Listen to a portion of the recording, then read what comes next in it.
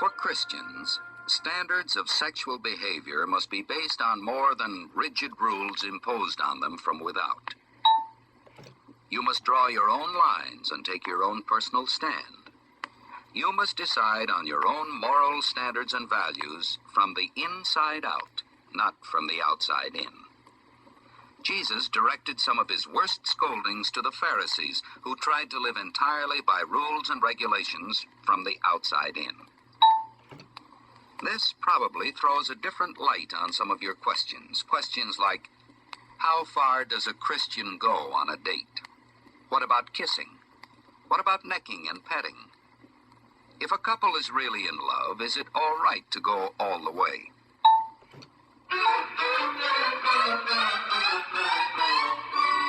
In the first place, you're not going to be physically attracted to every person of the opposite sex you meet. But you are going to find some members of the opposite sex attractive. At times, you're going to feel that you'd like to kiss and embrace them, to pet and fondle them, maybe even have sexual relationships with them. These are natural feelings, and you shouldn't be ashamed of them. But as a Christian, you believe that there is a time and a place and a purpose for sexual activity in your life. You want to make sure what this is. In the world around you, you see many contradictory patterns of sexual conduct and behavior. Developing your own standards isn't easy. For instance, you know that some boys try to get girls to be intimate, to kiss, neck, pet, even have intercourse, by handing them a line, pretending they're in love with them, and making promises that they never intend to keep. Others use a girl's body solely to satisfy their own needs for physical kicks, for sexual excitement, experience, and satisfaction. Some girls feel that they are not womanly and desirable enough to attract boys, and so they try to be popular by giving sexual favors. What do you think people are trying to say by such behavior? As a Christian, what do you want to say by your sexual conduct and behavior? To yourself, to God, to the other persons involved, and to the Christian community of which you're a part. When you accept the idea that we are whole persons with oneness of body, mind, and spirit, as Jesus believed, the entire matter of how you feel about sex and what you do about it begins to assume some new dimensions. You begin to see how important it is that you respect yourself. You are a person, a unique individual. You are body, mind, and spirit, but it's all you. God created you this way and saw that it was good. This makes you holy. When you have this kind of feeling and respect for yourself, you have it for others, for they are persons. They are individuals too. Therefore, when you have to make a decision concerning your moral behavior in a relationship with another person, it should be one that strengthens the feeling of self-respect in both of you. It should help create trust, confidence, and integrity in your relationship. In some groups, sexual activities have become the expected thing to do on a date. A boy thinks a girl expects him to make out, and a girl thinks a boy expects her to let him. But is this the purpose of dating? Let's back up a moment. A child's world, for the most part, is a monosexual or one-sex world. Before adolescence, boys live in a boy's world, girls live in a girl's world. But the adult world is a bisexual world of male and female. And the difference between a man and a woman is much more than physical. There is the male point of view and the female point of view, and there is constant interaction between the two. The dating process provides a bridge from this one-sex world over to the adult male-female world.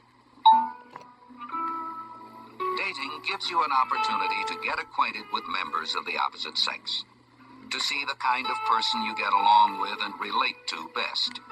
It helps you form your ideas about the kind of person you want to marry when the time comes.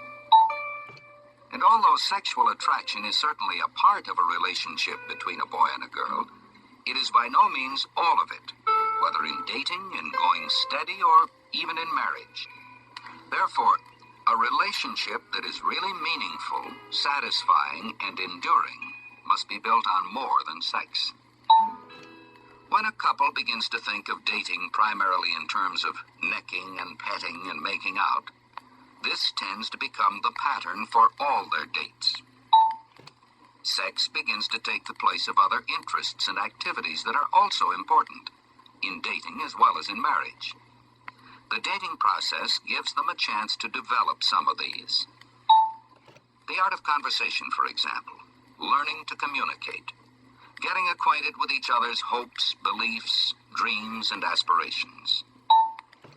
Enjoying the same or similar interests together, music, sports, art, whatever.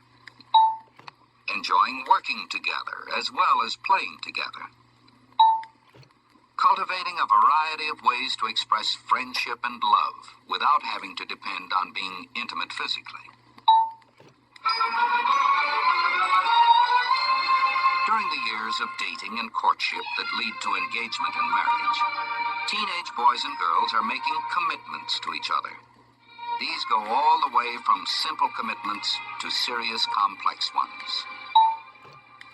On the simplest level, it's merely a matter of a boy asking, "How about a date Friday night?" And a girl replying, "I'd love to." But a commitment has been made. On a more advanced level, a boy might suggest, "Let's go steady." And a girl agrees, "Okay." Again, a commitment has been made. Eventually, the really serious question will be asked, "Will you marry me?" A reply of yes commits the couple to engagement, and they make their plans to marry. Commitment reaches its highest level in the marriage covenant. Do you take this man? Do you take this woman? I do. At each of these levels of commitment, there are certain freedoms and certain responsibilities. At each level of commitment, there are positive, creative ways in which sexual feelings may be expressed. When we live at the proper level of our commitment, neither above it nor below it, we demonstrate our love for God, for other persons, and for ourselves. For a Christian, the sex act is a God-given way of saying, "I love you." It should not be used ever to say less than that. It is a way of sharing your whole self completely and freely, no holding back, with your loved one. But to give love in this way, you must be able to trust the one in whose hands you put all that you call me, and your lover must be able to entrust his or her me to your care. You chip away at that kind of trust when you become selfish about sex, when you exploit another person sexually, when you make sexual love a game or a casual thing. You make other people, and yourself as well, wary and fearful, afraid someone will take advantage of them, afraid to trust a person completely. Therefore, in your dating experiences, you'll want to handle your sexual feelings and express yourself sexually in ways that will nurture this kind of trust and confidence in you and in those you date.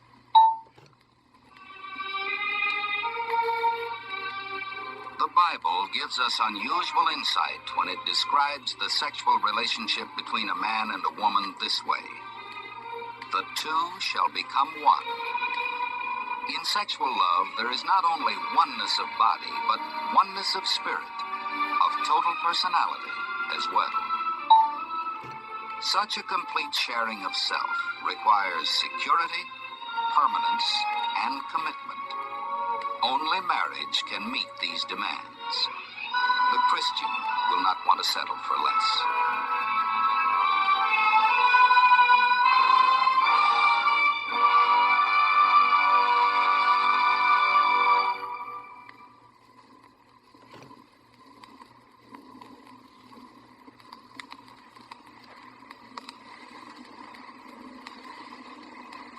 Frame A.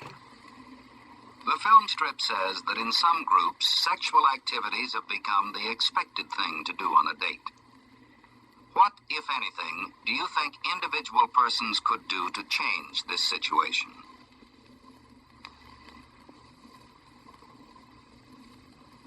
Frame B. The film strip turns the spotlight on dating. What do members of your group think is the purpose of dating?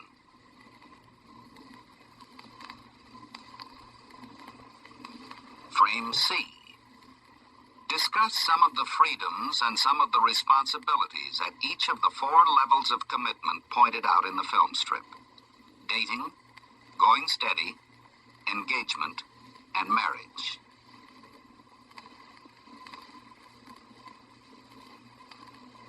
Frame D. Discuss positive, creative ways in which sexual feelings may be expressed at each of these 4 levels of commitment.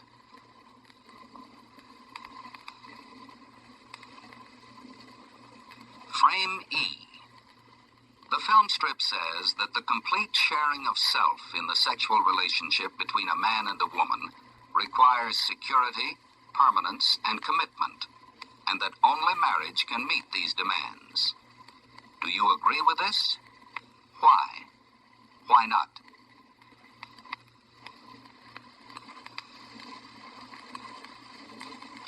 Frame F.